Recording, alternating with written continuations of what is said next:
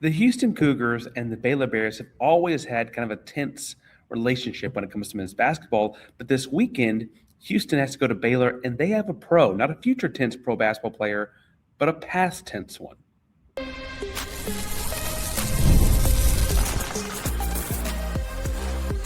You are Locked On Cougs, your daily podcast on the Houston Cougars, part of the Locked On Podcast Network, your team every day. Welcome to Locked On Coogs, the daily podcast about your Houston Cougars. I'm your host, Houston-born teacher and coach Parker Ainsworth. And whether you're a Houston fan or just a hater who came to stop by, thank you for being Locked On Coogs, your first listen of the day. In this case, maybe your first listen in the afternoon or your first listen on the way to Waco Saturday morning. I also want to thank you guys for making Locked On Coogs the most listened to Houston Cougar podcast out there, making Locked On Podcast Network the number one sports podcast network in the world. If you want to join the conversation down below, tell us in the comments. Honestly, if you're driving from Houston to Waco, where are you stopping for something? This is a noon tip-off. I'm assuming it's breakfasty themed. I'm excited to see what you guys say. Today's show is brought to you by FanDuel. We get more on that fun later. I want to make sure we hit that, though.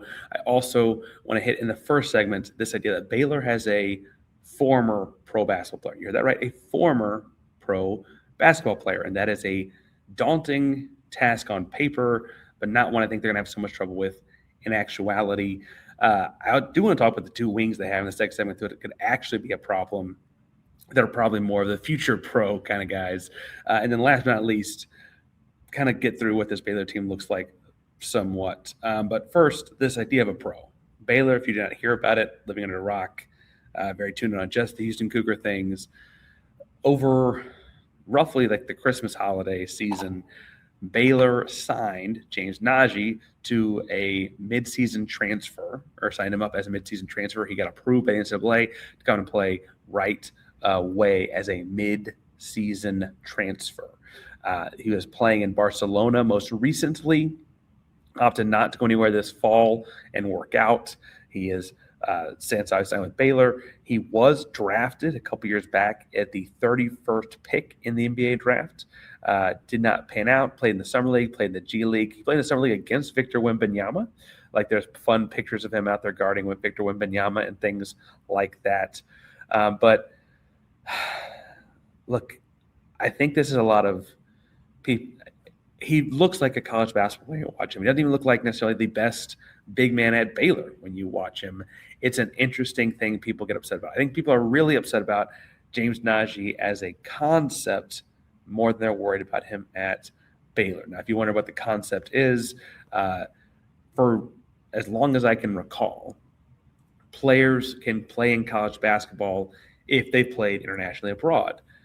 Just until very recently, most of those guys were kids born in foreign countries. You see, foreign countries don't have the same kind of high school, college basketball setup that the states do. So it's not nearly as uncommon to see a player go, quote, professional at like 14 and be being paid somewhat to play at a high level of basketball. Think about like the EYBL circuit here in the States, but not connected. Like EYBL Scholastic has academics attached to it or things like that, right? It's not connected to schools in the same kind of way, and it would be qualifiably professional, right? Now, what has happened lately is guys that have avoided college and gone and played in those things from the United States are now able to get back into college because, bluntly, they can't figure out a legal difference between letting a guy in who was born in Madrid and has played in professional leagues in Spain until he's 20 and then wants to come to the States to play college basketball, and a guy that was born in Houston and lives in the States till he's 18 and then goes abroad to play basketball for 2 years and wants to come back and play in college. They're having trouble making a legal argument that that's really any different. And then specifically to cases like Najee, they're really having trouble figuring out how to legally differentiate the G League, which is not the NBA, from other professional leagues. Because right now, the only real hindrance would be if you'd actually played on an NBA floor. And the Summer League does not count because it's not an NBA contract. So technically speaking, James Nnaji has never played in an NBA game, right? It's not quite the same as other things. It is very murky and weird and will probably not be the same way in 2028 as it is in 2026. I don't know that I have a lot of faith in the NCAA doing anything that people want with this. You could just draw a backbone and say, yeah, but it's different because you're born here, sorry parts, or it's different because you did play in the summer league, or it's different because the G League is, or whatever. You could try and draw lines that I don't think, if I'm being honest, that I just can't see them actually doing because they have not had a backbone with so many other issues in the last 7 or 8 years. So that's where we're at here. James Nnaji himself, though, as far as like the actual player Houston has to play against, feels like a normal backup big. Hadn't played 5-on-5 since last spring before signing with Baylor. It's all been working out. He's played 2 whole games. He's played a whopping 32 minutes. He's got a total of 5 points. He had 4 fouls in just 16 minutes his first game back. A little bit of liability covering out in space against Iowa State. They were at Baylor. And look, I did not come into the year thinking Baylor had any realistic chance to win the Big 12 title. They had to completely remake their roster last spring. They then suffered some injuries after the season started. This didn't move the needle for me any at all on Baylor. And as I watched them preparing for this matchup, it didn't prepare the needle for me anymore or move it any less either, for what it's worth. He's a rotational bench big that is fairly like muscularly developed. Like he's been lifting weights for however many years now. He's in his early 20s. But I'm not worried about him. And I don't think that Houston is either. He and Baylor, it's almost people talk about Baylor and get worried about Baylor as if they're the face of this movement. And I think I want to push back on that too before we get into the game in the second segment, because truthfully, Baylor and Scott Drew, as much as Calipari or Izzo or others want to act like this is some disgrace, they did nothing wrong, right? They went out and signed a player, asked the NCAA when he would be eligible, and the NCAA said, no. And this is not a player that, the NCAA could have at any point said no, but Baylor went out and signed one. And as far as adding G League guys, it'd be awfully hypocritical of me to be upset about them doing that when Houston attempted to do that with Ahmed Abdullah just a few weeks ago. And while Abdullah ultimately picked BYU, Houston was very much in on him. And it feels like to me, if the rules are set one way and you're not working within those to build your roster better, you're probably not very good at this. Houston was exploring ways to do that too. Everyone is going to be looking at ways that are legal to fix and improve their rosters. If this were somehow illegal, totally different conversation. But I don't get why Baylor and Najee are becoming this like villainous face when they're just kind of a normal basketball team. No, we'll talk about the matchups in a second. It's not like Houston's got nothing to worry about, but Najee and this pro thing are certainly not them. And it seems to be the headliner for every team every time they play Baylor, because it's, oh man, they just had Iowa State, TCU, even like when he first signed, when's he going to play? Like the last couple of weeks have been that leading the way for the Baylor Bears. And that just doesn't make any sense to me. What does make a lot of sense to me is this Cameron Carr. He's pretty good. Tounde Yessoufou, also pretty good. And Houston's going to find a way to stop those guys before they even care about how old the rest of the guys are. I want to tell you how I think they do that in just one second. But first, today's show is brought to you by our buddies over at Rugiet. Because sometimes you got to talk about stuff that no one really wants to talk about. Look, stress can carry over from work, money, life. It doesn't just switch off at night. Sometimes it shows up in the worst possible times. And Rugiet Ready is designed to help you take back control. Rugiet Ready is a next-generation specific prescription treatment created to support both the brain and the body so you can feel present, confident, and ready when the moment matters. Easy to understand why over 150,000 men have already made the switch. Board-certified doctors, all online, delivered to your door very discreetly. No one has to know. You should talk about it, but no one has to know. Now, if you've been thinking about taking the next step, now is that time. Head to Rugiet.com/LockedOnCollege. That's Rugiet, RUGIET.com/LockedOnCollege. Get 15% off your first order, 15% off your order for limited time. Rugiet Ready, feel present, feel confident, and feel ready. Welcome back to Locked On Coogs. Thank you for making Locked On Coogs your first listen of the day, first listen of the drive to the game, or your first listen of any other time. I appreciate you making us listen each and every day and making Locked On Sports Podcast Network the number one sports podcast network in the world. And if you have not already checked it out, you got to recommend going out and checking out the Everydayer Club. It's just more Locked On Coogs, access to ad-free audio, invite to the members-only Discord server, all access episodes of Locked On Coogs, one-on-one texting with me, a merch store, all kinds of fun things for you as a Cougs fan. Now, that doesn't mean anything's happening at Locked On Cougs. We're not going behind a paywall, so to speak, but if you want more, the Everyday All Access tier is for people who need a little bit more. And as you can hear, I'm getting a little bit healthier. We're going to keep updating that more and more and more. Been a little under the weather this week and coming out at the other end of it. So hopefully we're back in action full speed very, very soon. Now, as we go half speed through this, I mentioned that Carr and Tounde Yessoufou are kind of the two guys that stir the drink, so to speak, for Baylor. Baylor and Houston have an interesting history. The last three games have all been kind of weird, but Carr and Tounde Yessoufou in some ways are going to feel familiar, whether it's Kobe Walter or VJ Edgecombe. These are both guys that are 6'5", high volume, high scoring, perimeter players that at any point can give it 24 points really fast. And what's interesting about this Baylor team is they've had almost more trouble with them than they did with either of those guys, and they've got two of them. Intuitively, you'd think that'd actually make it easier, right? Because you have more talent, more this, more that. And instead, they sit here at 10-4, 0-2 in conference play. And I don't mean to say they have no good games, no good wins. They have had some troubles, though, against high-end defenses this year. The speed of Memphis messed them up a little bit. They struggled against the high-end talent at St. John's. Iowa State came back to beat them by 10. Baylor was up in that game at one point in the second half, early part of the second half. TCU game was close. It's almost like they have these two tremendous scoring options and can't really set the table. Carr is a little bit more lengthy, slashing with arm length and wingspan kind of type guy, whereas Tounde Yessoufou is more of the brute strength. He's listed at 215, and I believe every inch of that or every pound of that, right?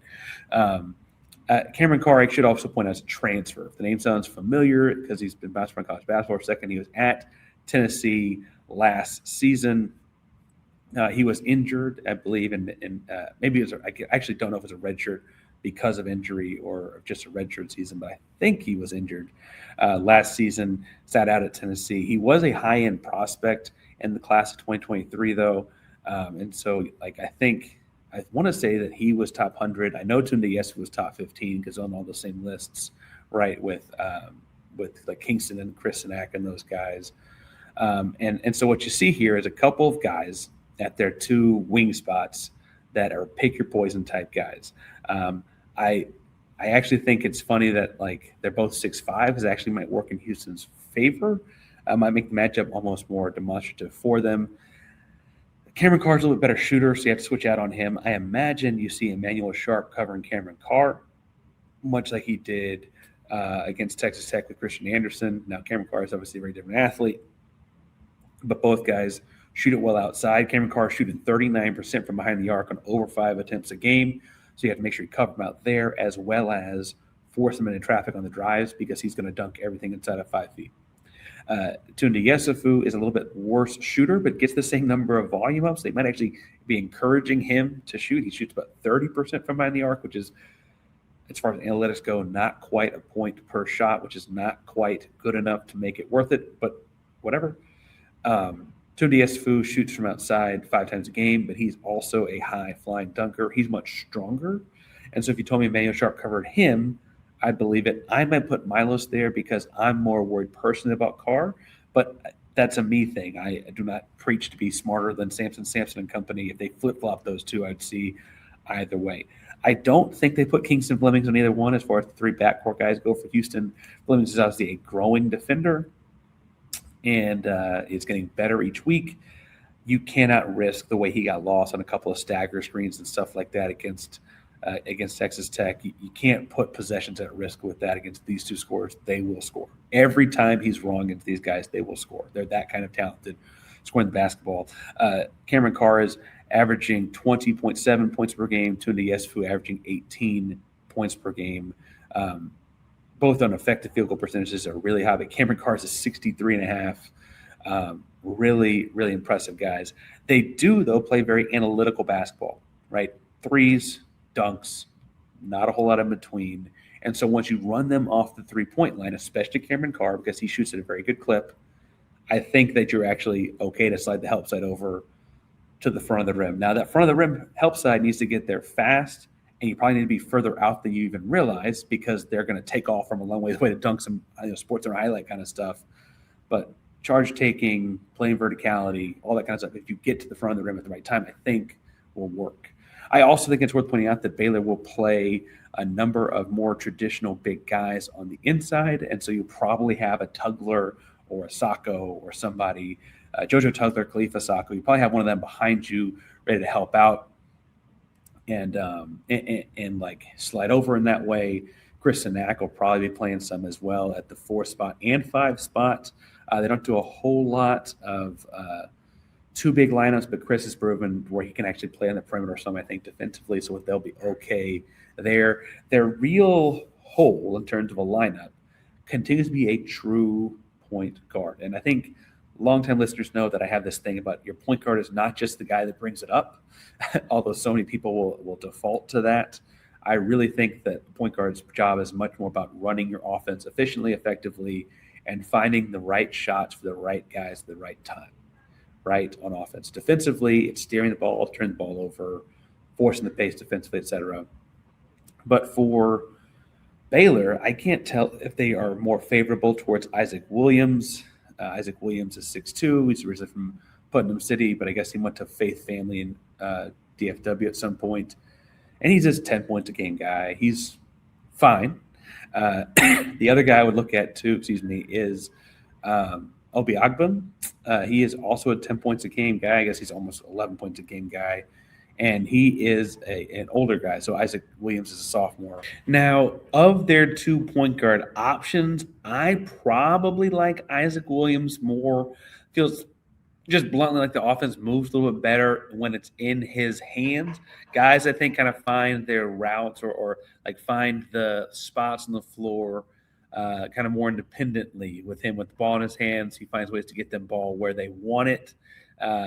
I would point out, though, that Akbam is probably a little bit stouter defensively. He's a little bit taller, a little bit longer, and maybe that's the way things go. I think Dan Skillings, you'll see a lineup with him, though, and have all three of these guys, 6'5", 6'5", 6'6", out there, too. And Skillings may sound somewhat familiar. He is the guy that was at Cincinnati for the last few years before coming over here. Houston's seen him before. Kelvin Sampson's game plan for him before. How he fits into this offense is a little bit different, but he's still a guy that is more of a driver, kicker, occasional open shot maker, and a 6'6" wing that I think is within Houston's wheelhouse going to be okay. As far as like matchups and things like that go, though, I do think whoever that third guard is will be Kingston's, because so much of the scoring will go through, even when they have the non-point guard lineups out there, whatever. Some of the scoring offense is going to go through Cameron Carr and Tounde Yessoufou, that I just don't feel like you'll see Kingston on them, even if one of them in a non-point guard lineup is bringing the ball up more, right? I feel pretty confident that. And again, I think I'd put Emanuel on Cameron Carr and put Milos on Tounde Yessoufou, but with the weight difference, you might go the other way around. I don't think they go wrong. I do think that there's a world where you maybe play like Ramon and Emanuel together and have Kingston as the other guard, or Milos or whoever, and then you have like Ramon on Cameron Carr and Emanuel on Tounde Yessoufou, or kind of get more strength in there if you want to. But I don't necessarily think there's a whole lot of wrong options. Now, Baylor's a weird team to scout, not just because they added a pro player in the middle of the season, a former pro player in the middle of the season, but also because they're kind of up and down all year long. It's hard to get a grip on them, and I want to try to do that with you in a second. But first, Today's show is brought to you by our buddies over at FanDuel, because college football playoffs they're here, they're everywhere, they're all over the place. Friday afternoon, Friday night, going into the finals next week. What a time to be a college football fan with all this going on. And right now, every college football playoff game day, so like right now, you get a profit boost waiting for you in the app. Here's what I love about that. If you use profit boost on the bets you already feel good about. You can go in and look at shots on upcoming underdogs. If you feel like a favorite's going to control the matchup, you can go with them too. But things you already feel good about, you can go get a boost with a profit boost to go after even bigger winnings. And when you win, FanDuel pays out instantly, which is perfect for playoff football. Keep the good times rolling. FanDuel's best place. Get on the action all playoff long. Visit FanDuel.com. Get your college football playoff profit boosts today. We're locked on Coogs here. And I mentioned I want to talk about Baylor's season because they're an interesting scout. Now, Baylor comes into this game 10-4, losses to St. John's by 15 on a neutral floor, Memphis by 7 on the road, TCU by 6 on the road. And yes, Iowa State was a home game. They lost by 10, but they had a second half lead in that game as well. I am worried for Houston's sake that in part you could see some of this be maybe a team that's really good at home. We know that they got the new pavilion and all like that at a couple years old at this point, but they're in Waco. It is a weird deal with schools not quite in session, but also like the whole area is Baylor country. And so they'll have plenty of people there, I'd imagine, on Saturday. What's interesting about a Scott Drew-led team for Baylor to me this year is that this is a team that isn't necessarily the most defensive-minded out of Scott Drew's group. Scott Drew is typically a much better defensive coach than this team has put together. They give up a ton of offensive rebounds, and this feels almost like it could be a get-right game for the Houston Cougars in a offensive rebounding kind of way. Houston has had an un-Houston-like year in terms of their offensive rebounding. It's typically a very strong point for Sampson and the Coogs. And this could be a game where you see them kind of put some of that in. Or not put some of it in, I guess I should say more like kind of find success in those areas that you hope you can build on and carry over from, et cetera. Right? Baylor gives up some of the most offensive rebounds in the country, so I think it stands to say that's per KenPom, I guess I should point out. And I think that stands to say that like that should be an area where Houston can take advantage is into the shot clock or whatever, going up on the glass and go get it, right? Now, all of their offense has been pretty much attacking the rim. They've got 3 guys that shoot a lot of threes and 2 guys that make a lot of threes. I mentioned Cameron Carr. I also mentioned Ogbem. They both shoot pretty high percentages and pretty high volume. That's guys you got to make sure you don't leave open from behind the arc. Tounde Yessoufou shoots over 5 threes a game on just 30%. I think you got to start the game off like he's going to be hot and kind of work your way back. That's really just 3 guys, but the rest of the roster is going to be needing to attack the rim. I think that's where having traditional bigs in there for Baylor actually helps Houston as well, because they'll always have guys clogging up that lane. JoJo Tugler, Khalifa Sacco, you've got Chris Sanak. Those guys will be helping prevent rim touches or paint touches, right? And turn those into hopefully blocks and turnovers and rebounds. Baylor also commits 11.4 turnovers per game, which does not sound like a lot, but they play at a Houston-level pace because they are so. Houston, one of the slowest teams in America always. Baylor is as well this year. And I bet Houston's able to turn Baylor over closer to 17 times this game because when you extrapolate that out to 100 possessions, Baylor's per 100 possessions turnovers is a lot like other teams Houston's played that they've turned over closer to 17, 18, 19 times. I think the lack of point guard play will come into effect here too. I think it'll be a strong spot for Houston. And I mentioned I think Kingston will be guarding the less scoring guard, right? The point guard does a lot less scoring, a lot less ball handling, not Carr, not Yessoufou. And I think that's actually going to work in his advantage because he can play some more free safety kind of spots and also jump passing lanes, get in the way, deflections, those kind of things. Kingston's ability to do that will help this team a lot, but he's not the only guy that can do that, obviously. I think Houston's got an advantage there too, though, in that they understand the sense of urgency it takes to play at this slow pace.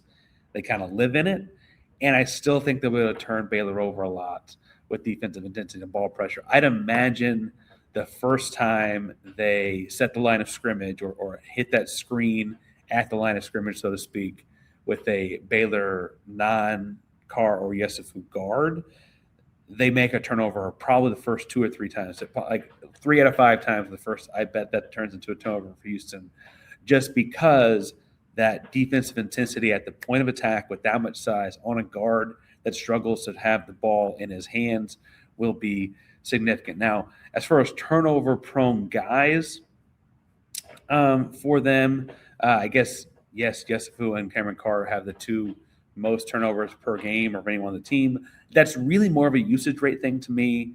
I think they probably also get as many bad shots, right? I think the real trick is that those other guards, Isaac Williams, Biagbum, they will turn it over with the ball in their hands less. And I think that's where you'll see Houston force a lot. Now, Houston and Baylor have had an interesting relationship since Houston came to the Big 12. These games have always been weird and closer than they should be. Houston's consistently been, since they joined the Big 12, a better program than Baylor, right? We think back to that Final Four matchup in 2021, and as ugly as that game was, that was a year where Baylor was one of the best teams ever, right? Since then, basically, Houston's continued to build stronger. Houston's continued to build better. Baylor's kind of taken a step backwards. And even with those 2 things happening, these games have been weird. In 2024, you went to Waco, and you were kind of lucky to get to overtime and win in overtime. Baylor had this massive second-half comeback and was at the free throw line with a chance to win the game. They missed it. Jamal Shed shot a half-court shot that almost counted. It was about 0.2 of a second late. He went to overtime and held on to win that game. But had they just, Yves Massey made that free throw, you might have lost to their place in an upset in 2024. 2025, last year, you were down at halftime, won by just 4. You were almost a double-digit favorite going into that game. It's a weird place to play. And for what it's worth, the time they went to Houston in between those 2, you were a heavy favorite and won by just 11. This is a team that always plays Houston close. Sampson and Drew are both very good coaches, so credit where it's due to them over there. I feel like Houston holds on to win. I'm going to say it's closer than that because of the way these 2 teams have always played each other. I think it's going to be fairly close, but I'm going to pick Houston. It's a low possession game. I'll say 68-60. If we were closer than that, it would not surprise me. But I think Houston gets some offensive rebounds and putbacks, gets a couple foul line shots at the end, little free throws to kind of wrap things up with the foul game or whatever. And that's how I see this one going. Tell me down below what you think is happening in the Houston and Baylor game. And I can't wait to talk to you about it afterwards at Locked On Coogs. So hit subscribe to the bell so you know when things go live. Locked On Coogs. But remember to Locked On Podcast Network. That means your team every day. Go Coogs.